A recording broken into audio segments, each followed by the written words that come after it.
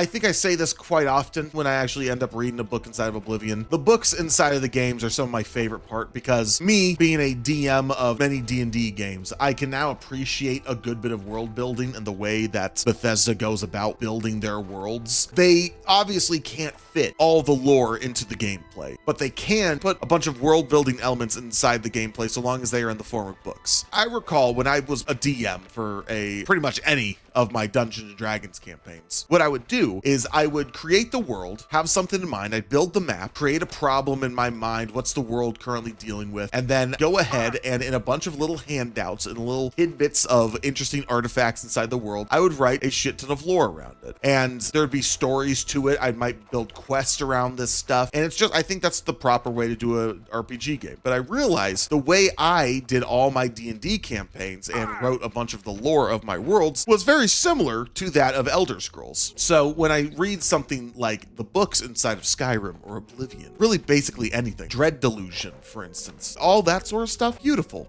I just love to see how much time and effort and thought was put in the actual worlds that were created. Another thing, if you read about something you don't know about inside of a game and you come across that thing, you're like, oh shit, I actually learned something from this game. I know something about it. Like, for instance, earlier when I started playing Oblivion Remastered, I read a book that was about Landrooks. I have no idea what a Landrook is. I've never seen them before. I never really got that far inside of Oblivion aside from beating it at level 3. So I never saw a Landrook. However, when I actually encountered one inside of Oblivion during the remaster, I'm like, oh shit, I already know all about this. And that's cool. I just think that's neat. There's also like some really cool stories and poems and everything like that I think is neat. I think those are just kind of like Easter eggy, sort of like making fun and all that sort of stuff, which, I mean, that just brings life to the game itself. You don't necessarily need to do world building in every single book that you make. You can make poems as if the culture that you've created in the game has culture. You know, I think it's cool. I think that's neat. If you are ever traveling, go to any inn or any person's room or an establishment inside of Oblivion. Take a look for